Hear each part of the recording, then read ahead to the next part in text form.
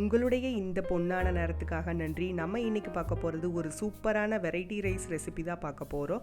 அரிசிம்பருப்பு சாதம் தான் பார்க்க போகிறோம். அரிசிம்பருப்பு சாதத்தில் பார்த்திங்கன்னா நிறைய வெரைட்டி இருக்குது. நம்ம இன்னைக்கு பார்க்க போகிறது பேசிக்காக செய்யக்கூடியதாக பார்க்க போகிறோம். வாங்க எப்படி செய்கிறதுன்னு பார்க்கலாம்.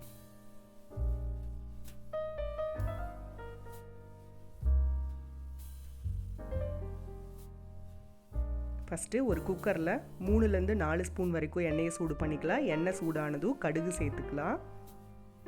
கடுகு வெடித்ததும் 1 ஸ்பூன் கடலைப்பருப்பு, கடலைப்பருப்பு கலர் சேஞ்ச் ஆனதும் 2 காஞ்ச மிளகாய், ஒரு 10லேருந்து 15 சின்ன வெங்காயம் அப்படியே முழுசாகவே போட்டுக்கலாம், தோல் நீக்கினது, ஒரு கொத்து கருவேப்பிலை, 4-5 பூண்டு தட்டி சேர்த்துக்கலாம். சேர்த்துட்டு ஒன்ஸ் வதக்கிக்கலாம். ரொம்ப வதங்கணும்னு இல்லை, ஒன்ஸ் வதங்கினா போதும். ஒரு தக்காளி பொடியாக கட் பண்ணினது இதையும் உள்ளே சேர்த்து வதக்கிக்கலாம். இதெல்லாமே ஒன்ஸ் வதங்கினா போதும், ரொம்ப வதங்கணும்னு இல்லை. அடுத்து பார்த்திங்கன்னா அரிசி பருப்பு இந்த ரெண்டையும் அரை மணி நேரம் ஊற வச்சு தண்ணியெல்லாம் வடிச்சிட்டு சேர்த்திக்கலாம்.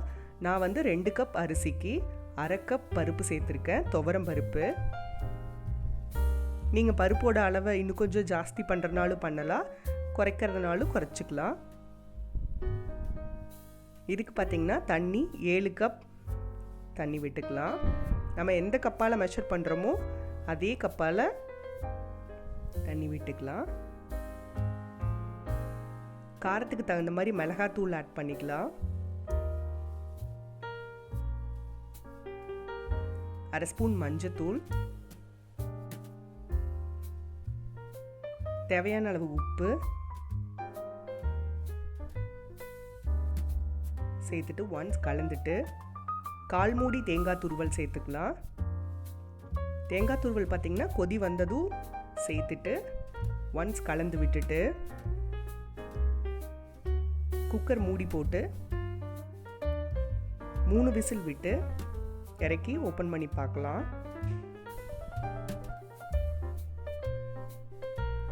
இப்போ பார்த்திங்கன்னா சூப்பரான அரிசிம்பருப்பு சாதம் ரெடி ஆயிடுச்சு.